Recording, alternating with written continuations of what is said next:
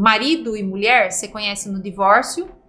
Irmão e irmã, você vai conhecer no inventário da casa. E funcionário, você conhece depois que ele sai. Então, é neste momento, como você falou, da pressão, da tomada de decisão, que o caráter é aflorado. Todos que se deram bem, né, que cresceram muito nas histórias bíblicas, nenhum foi na cidade natal. Jesus precisou sair de Nazaré para ele ser reconhecido. Ele não era reconhecido nem pelos próprios irmãos dele. Então, o ambiente, ele faz muita diferença na sua tomada de decisão. O caráter é genético, tá? Diferente do que muita gente pensa, temperamento é genética e caráter também. A gente herda o comportamento das pessoas. Porque o que é caráter? Caráter é comportamento. Então, muito do nosso caráter, ele é herdado geneticamente.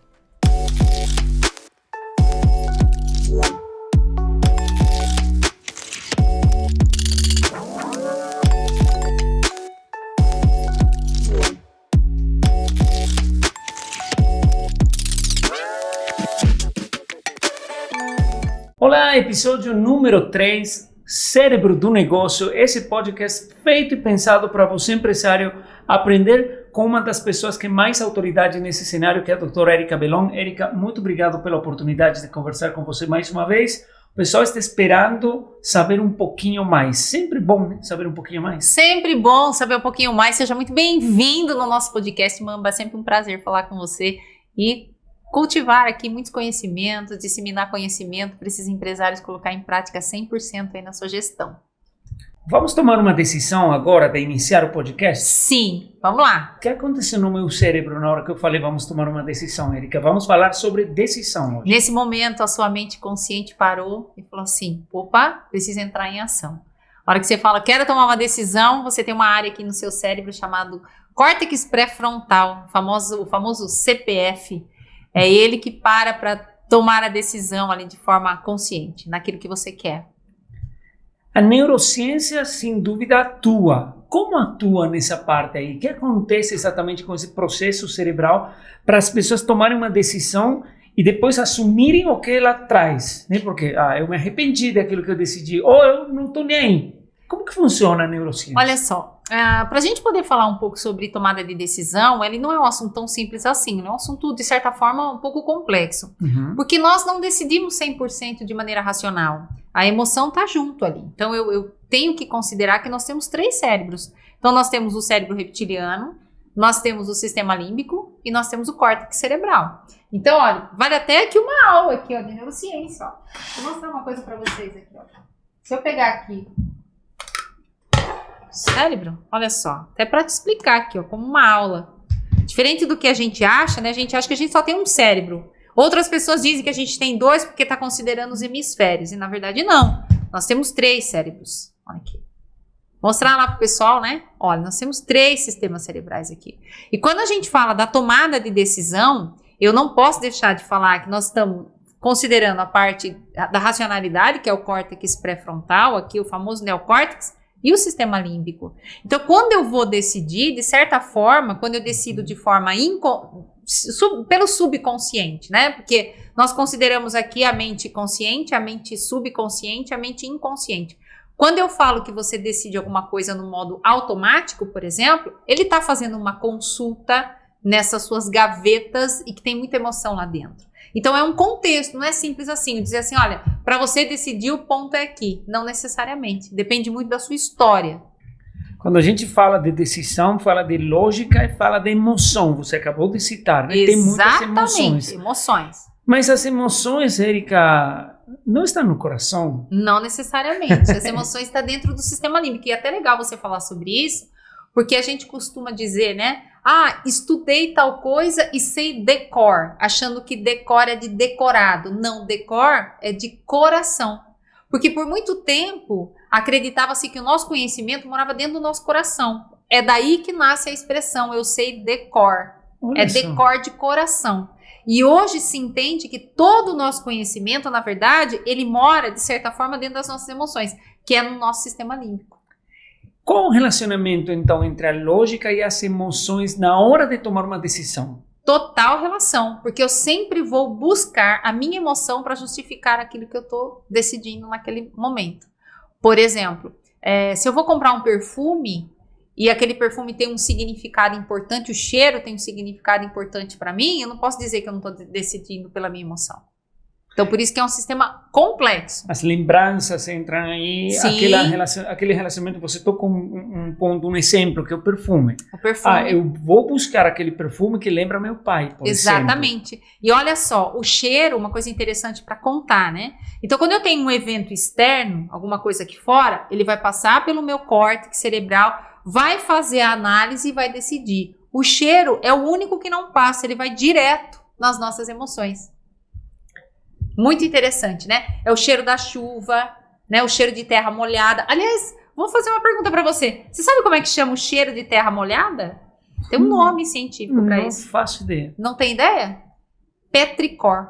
Petricor. Aprendi mais alguma coisa hoje, então. Pois é, petricor. Interessante isso, né?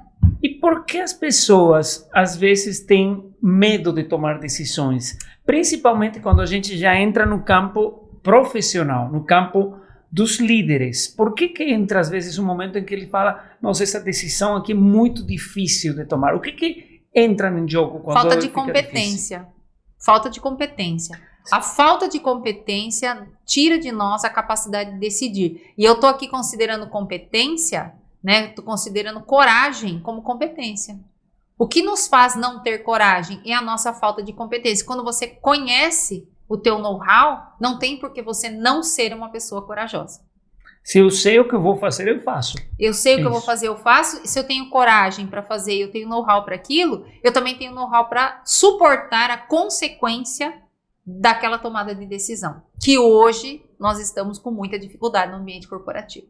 E para corrigir também, né? Sim. Porque tem isso aí, eu tomei uma decisão e eu tenho a coragem de enfrentar o resultado e também de reconhecer o que eu errei. Exatamente isso. E aí eu devo corrigir, né? Exatamente. E o que mais nós temos hoje no ambiente corporativo, considerando que eu estou falando do cenário do corporativo, é isso. As pessoas não têm competência, não têm know-how para sentar na cadeira em que elas estão sentadas, elas tomam a decisão totalmente equivocadas e elas buscam um terceiro para poder culpar ou justificar a falta de incompetência dela naquele resultado.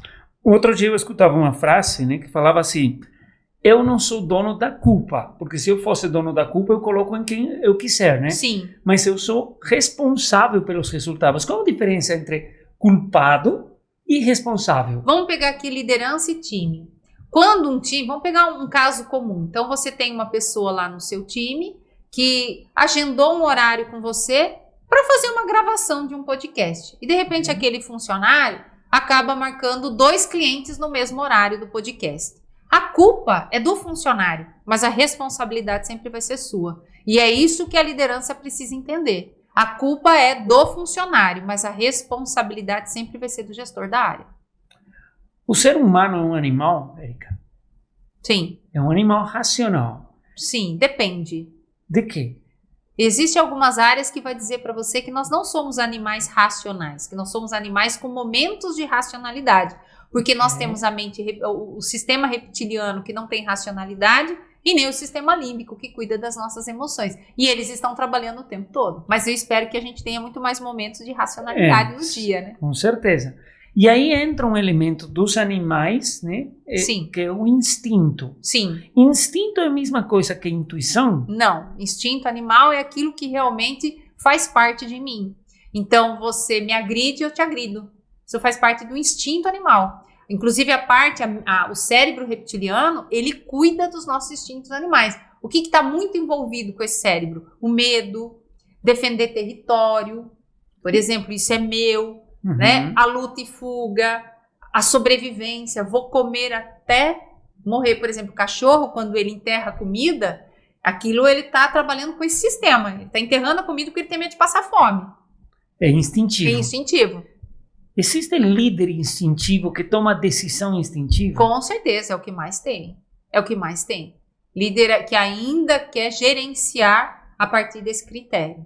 Quais seriam os principais exemplos de atitude de um líder instintivo? Olha só, se a gente for falar sobre isso, eu poderia elencar aqui para você os 5 pilares da liderança. Então, as pessoas seguem você porque elas têm medo de você. Esse é o primeiro pilar. Ali eu já estou falando de um líder que gerencia pelo instinto. Segundo pilar, as pessoas seguem você porque elas precisam de você. Elas dependem do emprego. Esse é o segundo pilar. O terceiro pilar, as pessoas seguem você por aquilo que você faz pela empresa. Então você já sai do instintivo e você já começa a ser um líder com um pouco mais de referência. O quarto pilar, as pessoas seguem você por aquilo que você faz por elas. Então eu já estou no segundo sistema, que é a emoção. Você me pega pela emoção. E por fim, o quinto pilar, as pessoas seguem você por quem você é, por aquilo que você me inspira. E aí eu estou falando do córtex cerebral. Então tem um instintivo. Tem. E como é a intuição? O que seria então a intuição? Na verdade, a intuição, ela nasce das experiências que a gente já teve na vida. Você vai encontrar inúmeras frentes de pesquisa defendendo o seu ponto de vista. Eu prefiro acreditar que intuição, ela está baseada naquilo que eu já vivi. Então, se eu hoje faço um contrato com um profissional e aquele profissional tem determinados comportamentos que eu nunca vivi na minha vida, nunca acompanhei, de repente ele passa a perna em mim e rouba, numa segunda vez, se esse segundo profissional começa a ter aquele comportamento, na verdade eu vou dizer, nossa, a minha intuição me diz que não vai dar muito certo, mas na verdade é o teu cérebro consultando uma gaveta de uma experiência que você já teve. Então, é bom para um negócio, para um líder, tomar decisões baseado na intuição? Depende, porque nem sempre aquele comportamento que você está me trazendo é a real. Vou te dar um exemplo aqui. Vamos pensar no relacionamento amoroso, onde a pessoa encerra o relacionamento porque o outro traiu ela com o WhatsApp. Então, ela tem um histórico ali. Okay. Ela começa a se relacionar com uma outra pessoa e, de repente, essa segunda pessoa começa a usar o WhatsApp perto dela. Não necessariamente ela está sendo traída. Entendi. Então, a intuição faz com que a gente erre? Com certeza. E qual é a diferença entre intuição real e fazer aquilo que eu quero e confundir com a intuição? Ou usar a intuição como uma desculpa para fazer aquilo que eu quero. E depois a eu minha digo intuição falou para você fazer isso, mas é o que eu quero. Aí eu já tô falando de caráter, né? Eu preciso arrumar alguém para colocar a muleta, né? Eu vou arrumar alguém para dizer assim, olha, já que a culpa é minha, eu vou culpar a minha intuição. Eu coloco a culpa em quem eu quero. Aí já é uma questão de caráter. Como impacta isso na neurociência para um líder identificar essas questões de caráter? Conseguimos identificar uma questão de caráter com facilidade? Precisamos de um fato para identificar? Caráter é genético, tá? Diferente do que muita gente pensa, temperamento é genético e caráter também. A gente herda o comportamento das pessoas. Porque o que é caráter? Caráter é comportamento. Então, muito do nosso caráter, ele é herdado geneticamente. É fácil mudar caráter? Não, não é fácil mudar caráter. Mas pode. Se a pessoa quiser, ela vai lutar contra isso todo santo dia. E o líder, como encara isso nele, quando identifica um problema desses? Um desvio de caráter, né? E na equipe? É muito difícil. Tem que saber lidar com isso. Tem que saber lidar. Treinamento resolve caráter? Não, não resolve caráter. Ou tem, ou não tem. E é nas pequenas coisas, viu? Que a gente pega. É numa fala, é numa palavrinha assim meio torta. É ali que você vai identificar. É o que acontece, por exemplo, no processo de recrutamento e seleção. Hoje, vamos falar um pouco da pejotização aqui? Hoje todo mundo quer trabalhar PJ. Só que ele quer trabalhar PJ para ele ter o bônus do PJ. Mas aí no meio do caminho, ele quer ser tratado como CLT. Ele quer trabalhar PJ, mas daí ele quer faltar e ele quer trazer atestado médico para justificar a falta dele. Né? Então hoje, gente, não funciona. Então você vai... Eu costumo dizer que você conhece marido e mulher, você conhece no divórcio, irmão e irmã você vai conhecer no inventário da casa, e funcionário você conhece depois que ele sai. Então é neste momento, como você falou, da pressão, da tomada de decisão, que o caráter é aflorado. Então por isso que a gente tem que tomar muito cuidado, que ninguém muda ninguém. Quem tem caráter tem, quem não tem, não tem. A pessoa, o PJ, eu que vivo no meio de empresas, na entrada ele aceita tudo. Ele aceita que tá tudo bem ele trabalhar, por exemplo, presencial, ele aceita isso, né? Ele é obrigado a trabalhar presencial? Não, ele não é, a gente sabe disso, mas ele aceita, ele tá precisando do emprego, então ele aceita. Ele combina com você aquilo, que ele vai fazer aquilo, Ele combina que ele está disponível, por exemplo, para trabalhar os finais de semana. Ele combina, ele aceita. Na hora de jogar o jogo, aí ele já não aceita mais. Então aí é uma questão de caráter. Aí tem ou não tem. Quando a gente pensa numa estrutura de uma empresa, tem o dono, o CEO, o líder principal, que é o dono, quem criou o negócio. Sim. Ele tem que tomar algumas decisões, por exemplo, para colocar líderes nas distintas equipes. Sim. Qual seria o processo para selecionar melhor esses líderes? Como tomar essa decisão? A primeira coisa que a gente tem que fazer é uma avaliação de performance, que é o que eu faço aqui. Nesta avaliação, a gente consegue identificar se aquela pessoa realmente tem o perfil da liderança, que seria um perfil dominante, influente, um perfil mais executor, comunicador. Se não tem esse perfil, vai sofrer para dar feedback, vai sofrer para demitir, vai sofrer para gerenciar. Então, tem perfil bom e perfil ruim? Não tem. Tem perfil ideal para aquela cadeira que eu decidi ocupar. Isso é importante dizer. Então, por exemplo, um executor comunicador, um dominante influente, ele demite sem pena. Ele não vai perder noite dele de sono porque amanhã ele tem que demitir alguém. Já uma pessoa mais sensível, um planejador, uma pessoa mais estável emocionalmente, ela fica sem dormir a semana toda. Então, primeiro momento que eu tenho que fazer, a primeira coisa que eu tenho que fazer é uma avaliação de perfil. Eu preciso saber se aquela pessoa tem um perfil. Segundo, eu preciso fazer uma avaliação de performance. Saber se aquela pessoa tem as habilidades que nós precisamos que ela tenha para o cargo que ela vai ocupar. Porque esforço, fulano de tal é esforçado. Legal que ele é esforçado, mas a pergunta é, ele dá resultado? Que é algo que as pessoas têm dificuldade de entender. A empresa ela foi feita para dar resultado. Quem tem dificuldade de entender que empresa foi feita para dar resultado tem que buscar ajuda psiquiátrica. Não está preparado para trabalhar. As pessoas acham que, vamos abraçar, chega no final do mês, o colaborador não vai aceitar um coração no lerite. Então, eu tenho que entender o colaborador, o funcionário, né? Porque agora também você não pode mais falar colaborador. Porque antes era funcionário e ofendia. Agora, colaborador também ofende. Então, você não sabe nem o que fala. Então, empregado, né? Que você não sabe nem o que fala mais, né? Mas, enfim, esse profissional que está prestando serviço, ele não vai ficar satisfeito se você chegar no último dia do salário dele e você colocar um coração. Ou você chegar para ele e falar, olha, eu gostando de você, mas eu vou atrasar 3 dias no pagamento, tá tudo bem? Erika, né? Não é a empresa uma família? Não, que família? Para com isso. É uma coisa que precisa parar com essa história. A empresa não é família. Tanto não é família que você não tem direito à herança.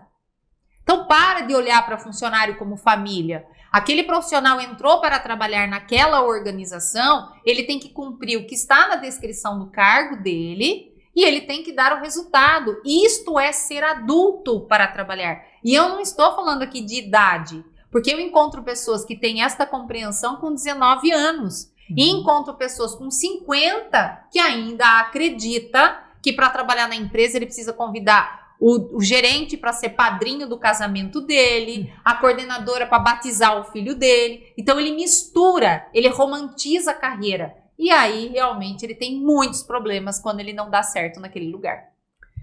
A gente vê que tem competência envolvida, coragem envolvida na toma de decisões como parte de. Sim. Mas tem outros elementos externos que podem chegar a afetar. Por exemplo, estresse, fadiga, cansaço.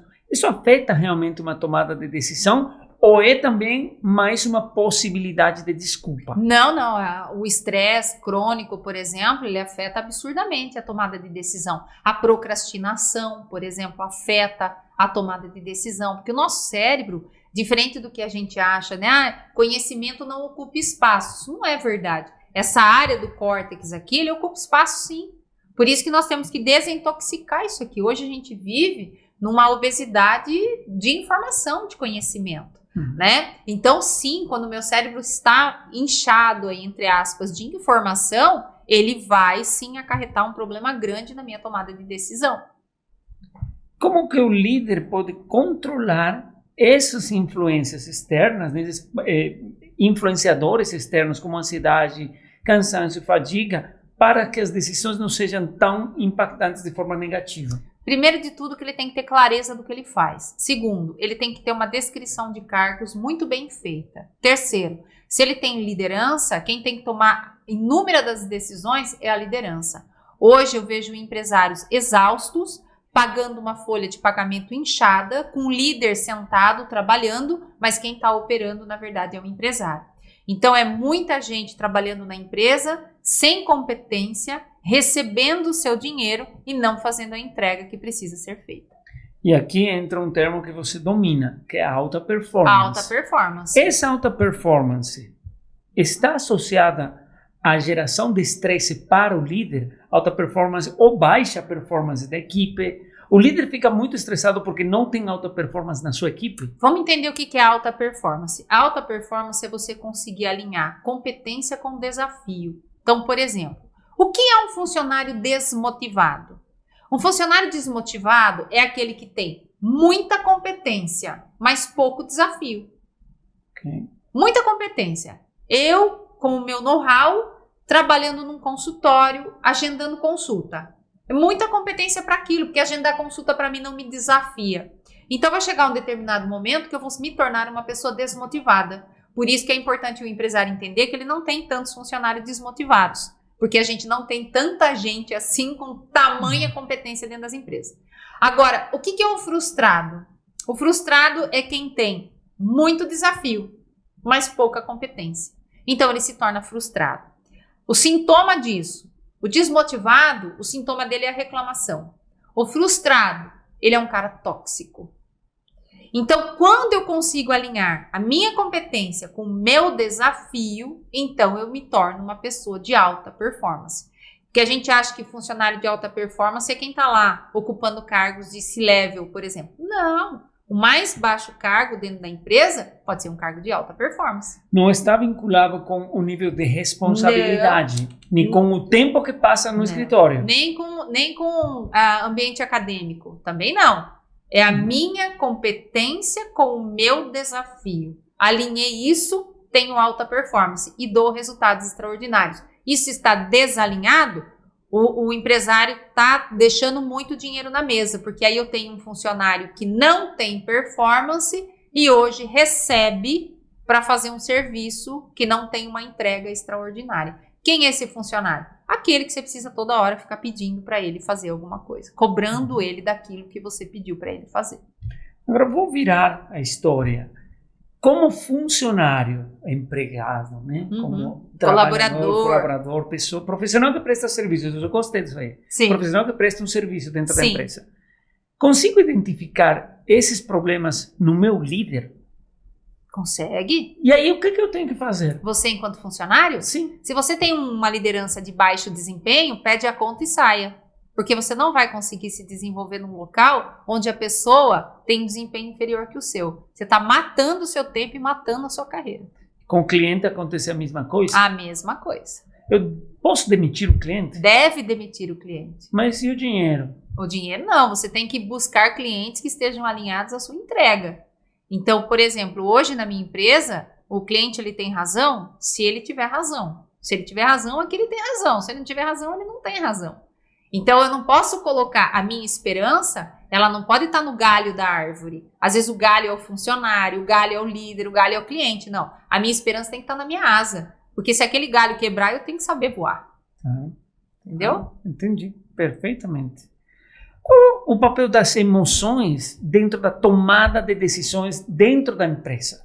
Porque a emoção pode me levar a tomar decisão de forma pessoal, mas dentro da empresa. Por exemplo, se eu estou com uma emoção mais depressiva, mais deprimido, mais melancólico, a tendência de eu decidir errado é de 100%. Da mesma maneira se eu estiver muito eufórico, muito motivado. Então a emoção, ela serve como um farol para eu tomar decisão. Por isso que um líder inteligente emocionalmente, ele vai tomar a decisão, não porque o primeiro pilar da inteligência emocional qual é? É a autoconsciência, ou seja, a consciência que eu tenho que ter das minhas emoções. Se eu estou nesse momento consciente que eu estou muito motivado, eu não posso decidir. Que eu acho que você que está me assistindo já tomou decisões extremamente motivadas e depois se arrependeu. Eu queria chegar nesse ponto. Se arrepender é bom ou é ruim ou não tem um qualificativo? Não tem qualificativo, porque eu posso decidir extremamente motivado e depois eu posso ir lá e falar, cara, que burrada que eu fiz de ter ido por esse caminho. Não deveria de ter decidido nesse momento. Então eu posso rever as minhas decisões? Deve rever. A diferença está aí, né? Eu me arrependo e choro. Ou eu me vou lá e arrependo e corrijo. Exatamente. O de baixo desempenho vai sentar e chorar. e vai colocar a culpa em alguém. Na verdade, ele culpa um terceiro. O profissional de alto desempenho, ele assume aquilo que ele está passando e ele vai resolver da melhor maneira possível. O que a gente estava falando, né? De baixa performance, ele vai culpar alguém. Ele vai culpar alguém. E quem tem alta performance, ele vai assumir a responsabilidade. A responsabilidade, essa é a diferença. Por isso que não envolve cargo. Eu posso ter isso no meu mais baixo cargo, como posso não ter isso no meu mais alto cargo. O que você pensa daquela frase, seguir o meu coração para tomar uma decisão? Olha, eu vejo assim, que a gente, é uma frase muito dúbia, né? Se você olhar na Bíblia, a Bíblia vai dizer assim, enganoso é o coração do homem. A Bíblia vai dizer isso para você, né? Agora, vai depender do seu ponto de vista, né? Para que lado você quer caminhar. Eu acho que seguir o coração está muito mais conectado com seguir a minha intuição, que está ligado com as minhas experiências, né? Eu acho que a gente tem que dar ouvido, sim, à nossa voz interior também. Escutar um pouquinho o que essa voz está nos dizendo. Eu preciso ouvir o meu coração. Mas aí entra de novo o que eu estou tirando dessa conversa, né? Para mim, vem a parte mais importante, continua sendo na capacidade. Na capacidade. Na competência. De decidir. De poder entender também, né? Sim. O que meu coração está me falando e como que ele falando. serve, né? E esse meu coração está tirando esse critério da onde? Está comparando o que com o que? Porque se ele estiver comparando com um vitimista, ele vai me tender a uma tomada de decisão que me deixe muito mais confortável, né? Uhum. Vamos pensar aqui, eu tô querendo emagrecer e eu tô triste porque eu rompi um relacionamento. Então, na hora de eu tomar a decisão entre comer um prato de salada e comer uma macarronada, eu vou comer a macarronada e vou justificar isso porque eu rompi meu relacionamento. É pretexto, né? Pretexto. Desculpa. Exatamente. O ambiente social, onde a gente se desenvolve o dia a dia, e ambiente social pode ser pais, irmãos, o entorno laboral, quanto afeta nas decisões? Ou deveria afetar nas decisões? Sim. O ambiente que nós estamos inseridos, eu digo que ele é um ponto muito forte, até para dizer quem nós vamos nos tornar. Se você andar com a turma, com a banda ruim da sala de aula, a chance de você ser convidado para entrar num grupo de alunos que tiram as melhores notas é 0. Uhum. Então você precisa sempre olhar onde você quer chegar. O ambiente, ele faz uma diferença muito grande no crescimento de um profissional. Se você for fazer um diálogo aqui na Bíblia, todos que se deram bem, né, que cresceram muito nas histórias bíblicas, nenhum foi na cidade natal. Jesus precisou sair de Nazaré para ele ser reconhecido. Ele não era reconhecido nem pelos próprios irmãos dele. Então, o ambiente, ele faz muita diferença na sua tomada de decisão. Mas, de novo, com competência. Você tem que ter a competência para identificar por onde caminhar. E qual é o ambiente que você quer estar inserido. Você tem que conseguir enxergar isso. É responsabilidade do líder cuidar do ambiente da empresa? É responsabilidade de todos, não só do líder. O líder tem a responsabilidade para identificar onde está o foco da fofoca, advertir e até demitir. Esse é o papel do líder. Mas cultivar um clima harmonioso é dever de todos. E aquele funcionário que ele fala que o líder não é um bom líder e por isso o ambiente laboral é ruim com ele? Ele é pior do que o líder, porque se eu estou inserida num contexto em que aquele ambiente é ruim e eu já reconheci isso, o que eu estou fazendo lá ainda? Contribuindo. Contribuindo. Tem que sair de lá. O que seria o viés cognitivo? O que significa ter um viés cognitivo para tomar uma decisão? É a capacidade que você tem de análise, de criticidade em cima de uma tomada de decisão. Estou entendendo cognição como inteligência, como uma faculdade mental que me direciona de uma forma correta para tomar uma decisão. Quando uma pessoa vai virar mais inteligente? Quando lê mais ou quando interpreta? O mais inteligente, um profissional inteligente é aquele que tem a capacidade de resolver problemas complexos. E quem resolve problemas complexos? Quem estuda. Porque o estudar desenvolve o seu pensamento crítico e o seu pensamento analítico, que são duas atribuições fundamentais para você tomar decisões corretas. O que eu devo fazer como líder quando eu tive uma experiência ruim em qualquer tipo de negociação, mas não resolvi? E agora preciso resolver e eu vou entrar de novo nesse mesmo cenário. Como que eu me preparo para que a experiência anterior não contamine as minhas próximas decisões? A gente tem uma ferramenta poderosa chamada escrever. Se você pegar uma folha e escrever o seu problema, a sua mente já te dá muita clareza de como resolver esse problema. Muita clareza. Então, a gente tem essa ferramenta e às vezes a gente não usa essa ferramenta. E isso é extremamente importante, é um exercício. Vamos avançando nessa conversa e tem muita coisa que vai entrando Sim. e vai impactando nas decisões. IA. Sim. Como que está mudando o poder das pessoas de decidir, o uso excessivo ou não excessivo da inteligência artificial e da tecnologia? A inteligência artificial, eu vejo que ela veio para agregar muito valor dentro da área, como, por exemplo, assumir diversos papéis. Se você olhar hoje para a área comercial, o SDR ele já se tornou totalmente substituível. Eu não preciso mais ter um SDR. A minha inteligência artificial já pode fazer isso por mim. Só que o segredo da inteligência artificial está no prompt, o poder está na pergunta. Então, por isso que nós temos aí muitos profissionais que são mais velhos, que estão tendo resultados extraordinários na IA, porque eles têm a capacidade de formular perguntas.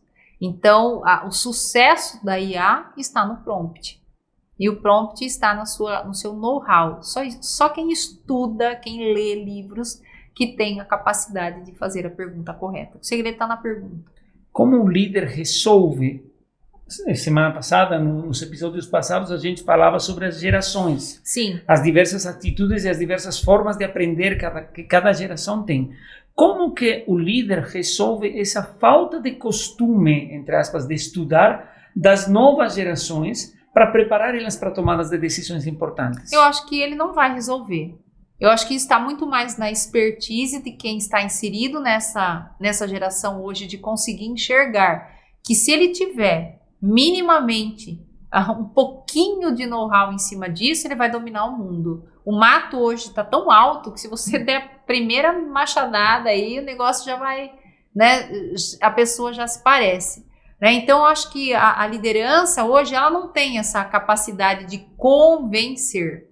Assim, olha, eu vou convencer você a estudar. Primeiro, que ela nem tem tempo para isso. Segundo, que o papel da liderança não está aí, em convencer você, né? E terceiro, que infelizmente tem muitos que estão tendo a oportunidade, mas eles estão focados 100% no dinheiro. E é importante focar no dinheiro? Eu acho que é importante, mas o seu resultado tem que chegar antes de você. Enquanto o seu resultado não chegar antes de você, o que vai chegar na frente é a sua postura, o seu vocabulário, a maneira como você se veste, a sua disposição para fazer mais do que aquilo que lhe foi solicitado. Porque todas as carreiras de sucesso, ninguém trabalhou das 8 às 5 e fez somente aquilo que me foi pedido. Isso é uma utopia. Só que hoje o pessoal acredita que isto é suficiente. Não vai ser. E ele acha que alguém está preocupado com ele. Não está, porque já vai aparecer alguém que vai ter essa sacada e esse pessoal vai ficar para trás. Se a gente fosse, por exemplo, olhar um jogador de futebol. Quando você pega um jogador de futebol, que ele está indo trabalhar, que ele não ganha nada, às vezes ele ganha só o dinheiro da passagem do ônibus, pensa se o jogador de futebol tem a mesma mentalidade do funcionário atual hoje. Porque hoje tem um discurso do tipo salário mínimo, esforço mínimo. Uhum. Um jogador de futebol, quando ele não ganha R$1 e ele tá lá no campo jogando, ele dá o esforço dele, o máximo dele, porque ele precisa que um olheiro veja ele. Então, o fato dele ganhar só o dinheiro do ônibus, ele não tem esse comportamento de dizer assim, eu só ganho dinheiro do ônibus, então eu vou só fazer uma pelada aqui. E o funcionário hoje da empresa, ele não consegue enxergar isso. Por isso que ele se mantém na posição que ele se mantém hoje. Eu vou falar por mim. Eu faço parte de uma geração, né, que eu tenho hoje pessoas que eram da mesma idade e que era lá atrás e que também tinham o pensamento do salário mínimo e esforço mínimo. Hoje continua ainda ganhando salário mínimo. Então é uma escolha. É uma escolha. É uma decisão. É uma decisão, é uma tomada de decisão o tempo todo. Você decide a vida que você quer ter. Não é o seu patrão, ou a tua liderança, ou a oportunidade. Quando eu percebi que as portas para mim estavam fechadas, eu criei uma porta. Eu não nasci dona de empresa. Eu não sou filha de dono de empresa. Por que eu me tornei dona de empresa? Por conta da vaidade das pessoas de fecharem as portas para mim. Aí eu fui lá e abri a minha empresa. Então é uma tomada de decisão. Ou eu poderia ficar sentada chorando na faculdade, que ninguém me dá aula, como tem muita gente que faz isso e que tá tudo certo. Entendeu? É uma tomada de decisão. Como a gente fecha esse bate-papo de hoje, onde a gente teve que tomar algumas decisões de Sim. Qual pergunta eu faço agora, qual resposta eu dou agora, como que eu falo para aquelas pessoas? O que o líder tem que ter presente toda hora para tomar decisões que façam com que sua empresa atinja os resultados? Primeiro, ele tem que ter clareza de onde ele quer chegar com a empresa dele. Segundo, se ele tem essa clareza, ele sabe quais são as habilidades que o time dele precisa ter. Porque o time que faz você faturar 500k não faz você faturar 1 milhão. Se tivesse que faturar, você já estava faturando. Então, ele tem que tomar decisão baseado em onde ele quer chegar, qual é o cenário que ele quer atingir.